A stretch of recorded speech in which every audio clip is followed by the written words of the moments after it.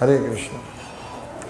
अहो देवर्षि धन्योयम यत् कीर्तिम शांग धन्वनः गायन माद्यन निदम तंत्र्या रमयत्यातुरम जगत।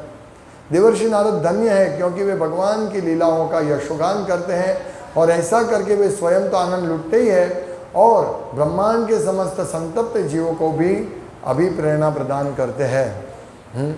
तो ये नारद मुनि के बारे में सुत गोस्वामी यहाँ जब नारद मुनि चले जाते उसके बाद ये वक्तव्य दे रहे हैं कि हमेशा धन्य है देवर्षि नारद। क्यों? क्योंकि वो शांग धनवा यानी कृष्ण का एक नाम है जो शांग धनुष्य धारण करते हैं, वो भगवान का नाम है। तो भगवान के धनुष्य का नाम है शांग धनुष्य। तो क्योंकि नारद मुनि भगवान शांग धनवा के लीलाओं का यशोगान करते हैं और इस प्रकार से स्वयं आनंद लुटते हैं, तो ये वास्तविक आनंद है। प्रभुपाद तात्पर्य में लिखते हैं कि इस जगत में कुछ सुख नहीं है। ये जो हम सुख का अनुभव करते हैं वो माया का मोह है, और कुछ नहीं है। हमें ऐसा लगता है हमें आज सुख मिला, हमारे पास बहुत पैसा है, हमें सुख मिला, ये माया। हमें आज अच्छा खाना मिला, हम आज अच्छी होटल में खाना खा के आए, माया है।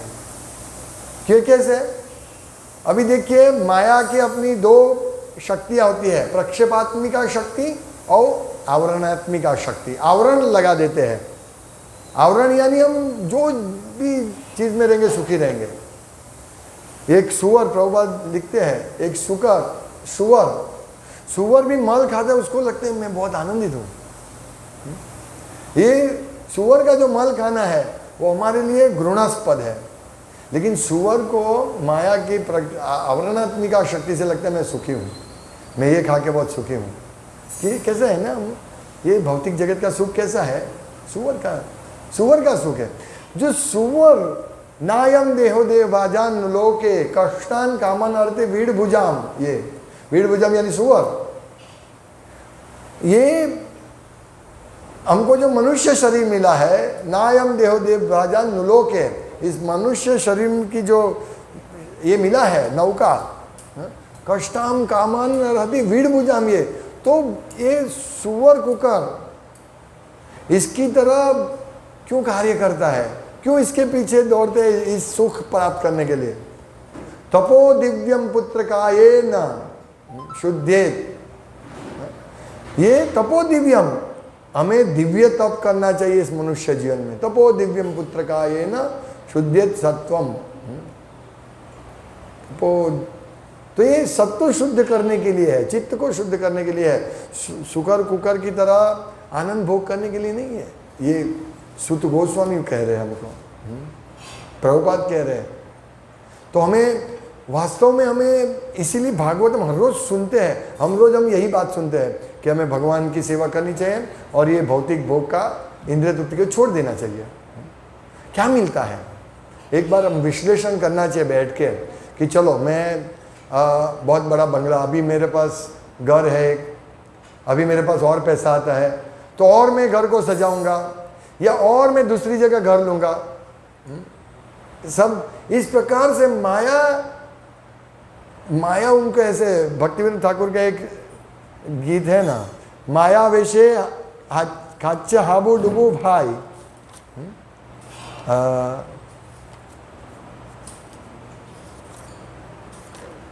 ये भक्ति विनोद ठाकुर ने हमारे ऊपर बहुत बड़ी कृपा की है।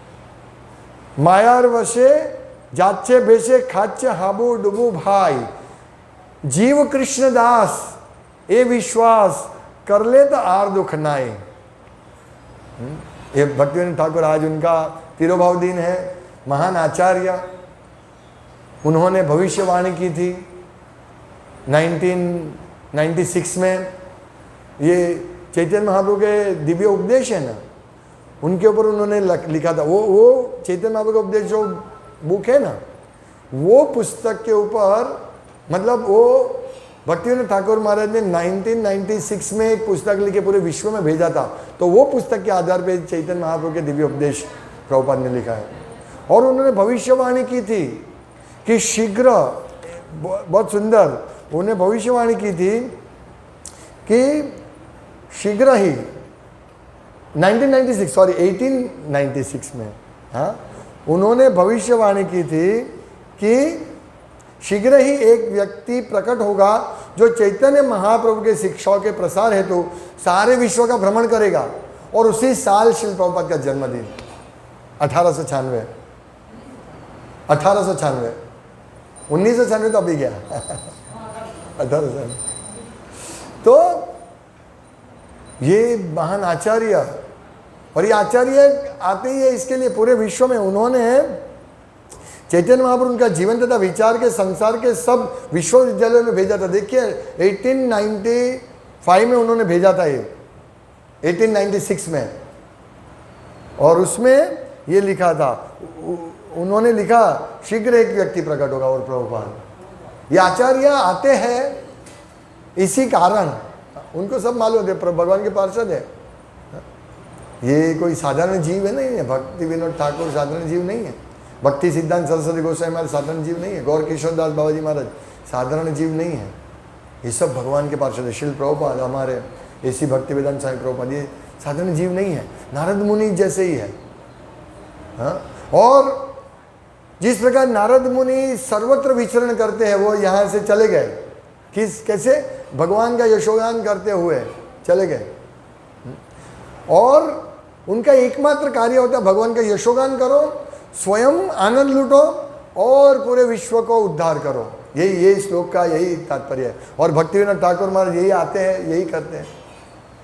भक्ति विनोद ठाकुर महाराज महान आचार्य एक्चुअली क्या है, भगवान चैतन्य महाप्रभु का जन्म स्थान भक्ति विनोद ठाकुर महाराज ने ही ढूंढा था। उन्होंने बहुत मेहनत की थी, कड़ी मेहनत की थी, सब दस्तावेज, सब आधारित प्रमाणभूत शास्त्रों के आधार से उन्होंने एक जगह फिक्स किया कि यही चैतन्य महाप्रभु का जन्म स्थान है।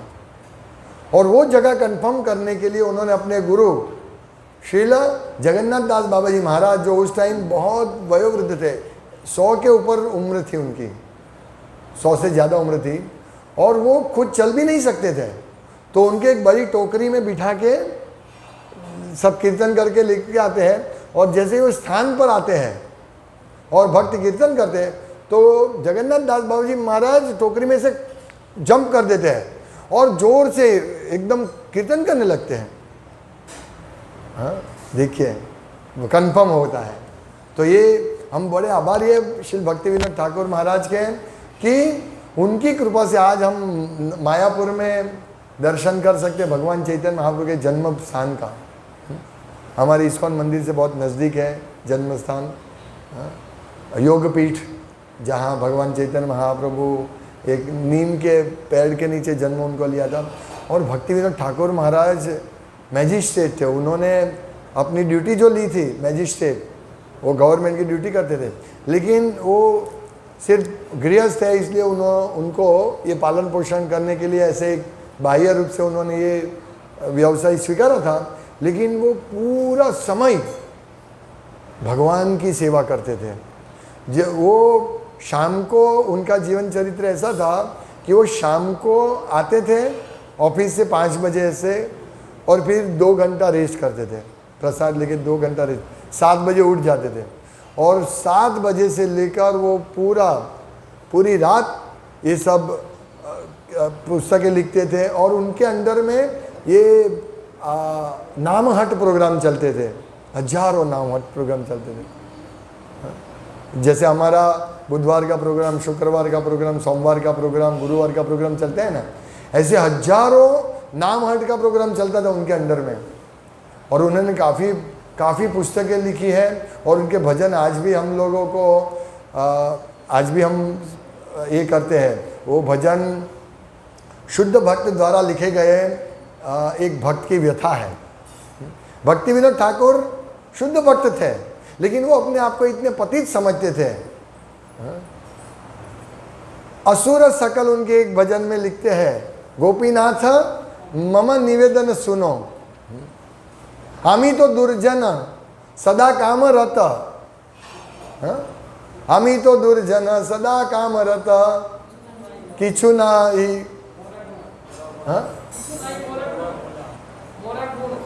किछु नहीं मोरा गुणा गोपीनाथ। मतलब वो इतने नम्र थे, और ऐसा नहीं है कि वो आर्टिफिशियल कर रहे थे। जैसे हमारे पास आर्टिफिशियल, सॉरी, हम नम्र दिखाते हैं लेकिन अंदर नम्रता वो नहीं होती। नम्र यानी अंदर और बाहर एक होता है। नम्रता की ये व्याख्या यही है, डुप्लीसिटी नहीं, जो है वो तो। लेकिन भक्तिविनोद ठाकुर महाराज इतने नम्र थे कि वो वास्तव में उनको ऐसा फील हो रहा था कि मैं भगवान असुर सकल पाइलो चरण विनोद ठाकिलो बोसी। ये सब भगवान आपके जो असुर हैं, आपके जो आपको मारने आए थे, ये सब असुर ने सब आपका चरण कमल प्राप्त कर लिया, वो सब भगवत धाम चले गए।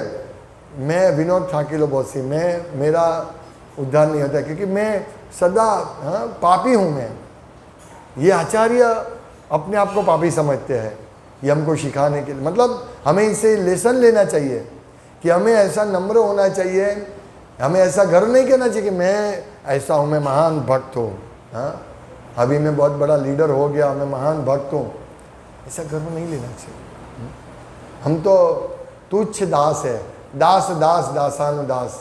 तो भक्तिविनोद ठाकुर के जीवन से हमें यही सब सीखना चाहिए।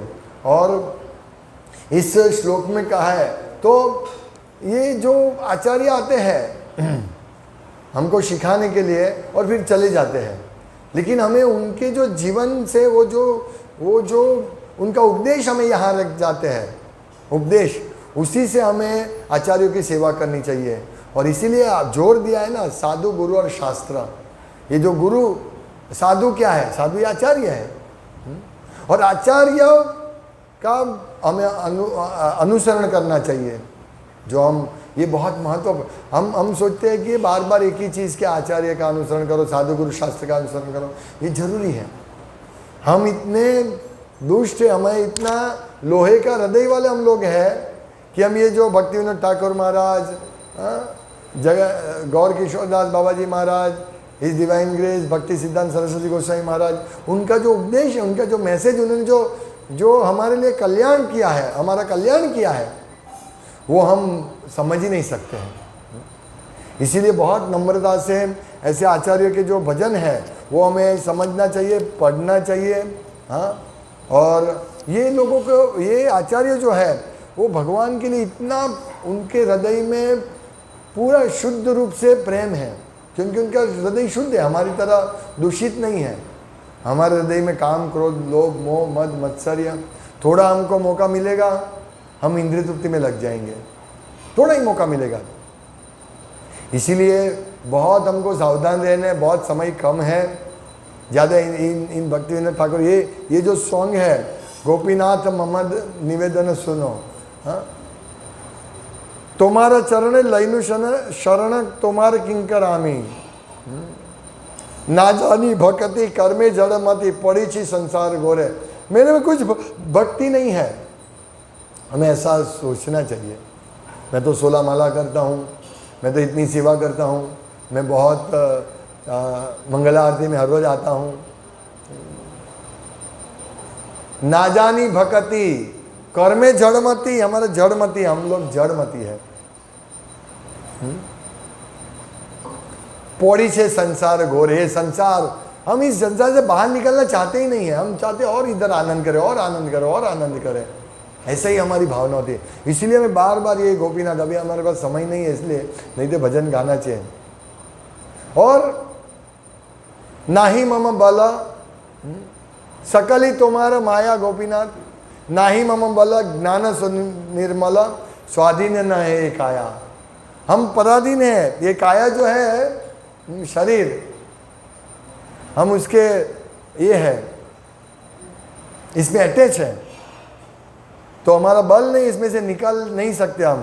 तो करुणा दान दीजिए भगवान, मांगे पामरा कांदिया कांदिया, रोते रोते ये पामर, अपने को कहते पामर, हाँ, ये तुच्छ पतित, कांदिया कांदिया कर है करुणा दान।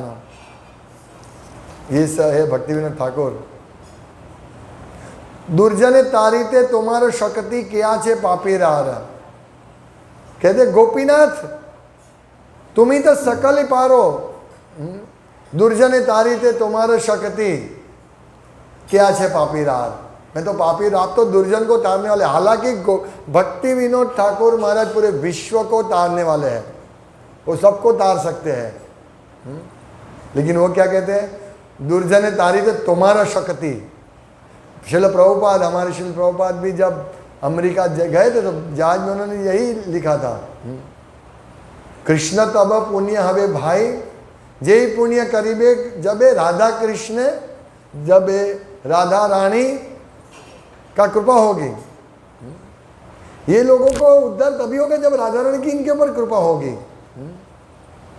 हे भगवान मैं तो आप काष्ठ की पुतली हूं, प्रभुपाद कहते हैं, आप जैसे नचाएंगे ऐसे नाचूंगा मैं, क्योंकि आपका कुछ उद्देश्य है मुझे यहां लाने के लिए।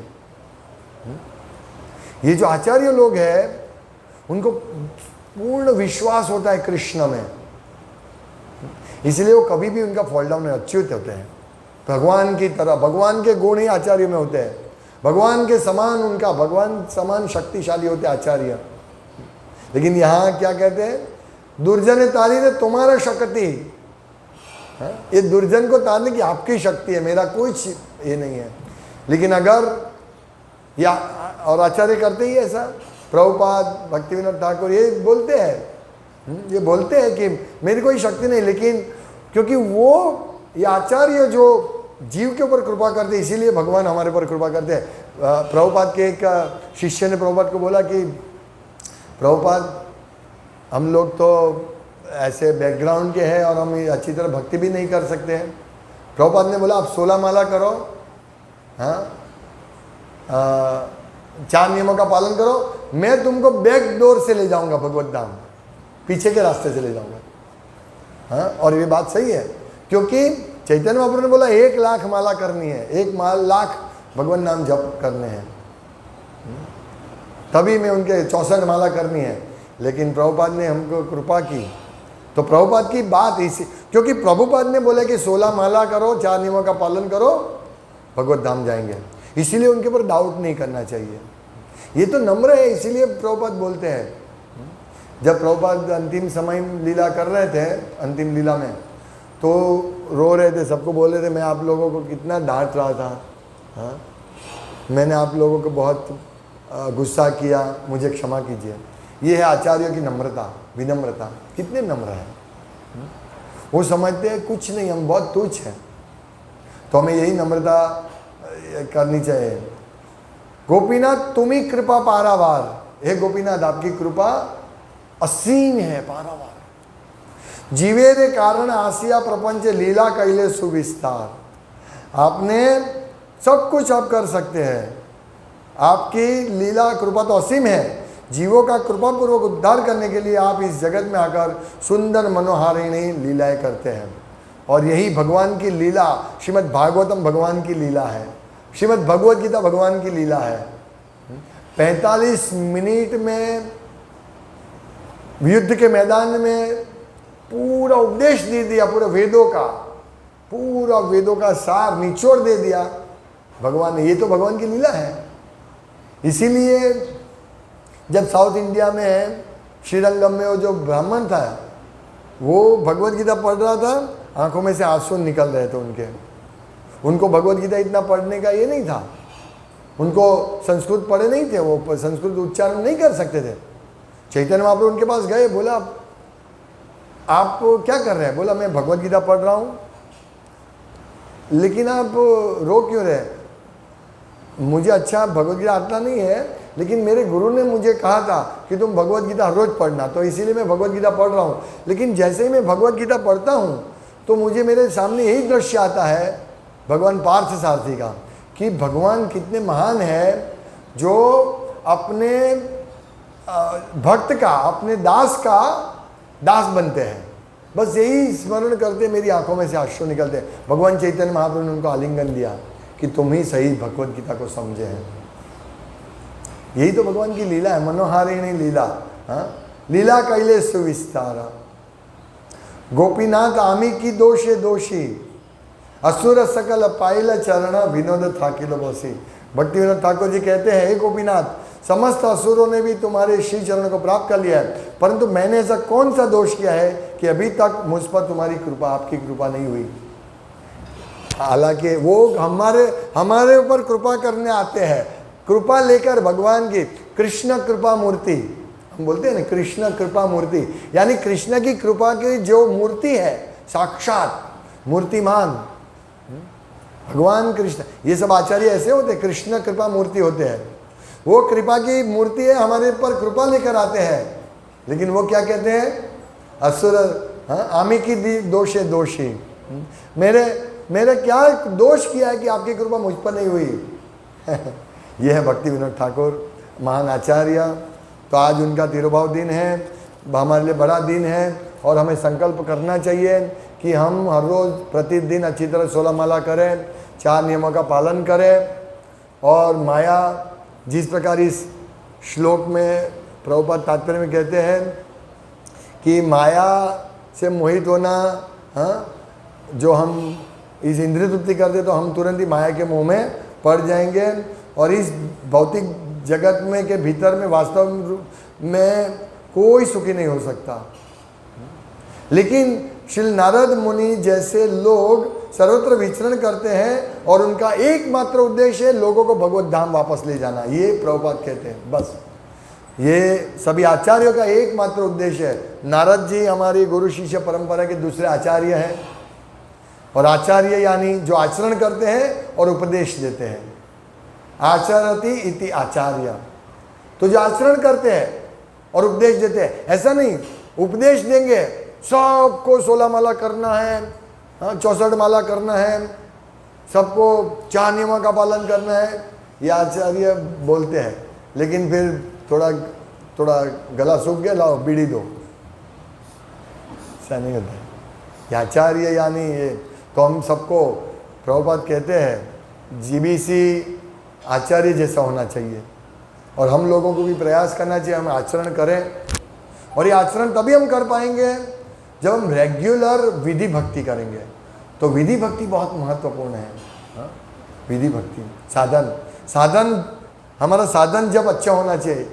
सब भक्त पूछते हैं साधन कैसा चल रहा है, तो ये साधन विधि भक्ति, 16 माला करना, 4 नियमों का पालन करना, मंगल आरती उठना, भागवतम सुनना, श्रवण कीर्तन करना, ये है विधि। Hare Krishna. His divine grace Srila Bhakti Vinod Thakur महाराज की जय। His divine grace Srila Bhakti Vinod Thakur महाराज तिरुभाव उत्सव की जय। श्रील प्रभुपाद की जय। श्रीमद् भागवतम की जय। गो प्रेमानंदे। हरि हरि बोल।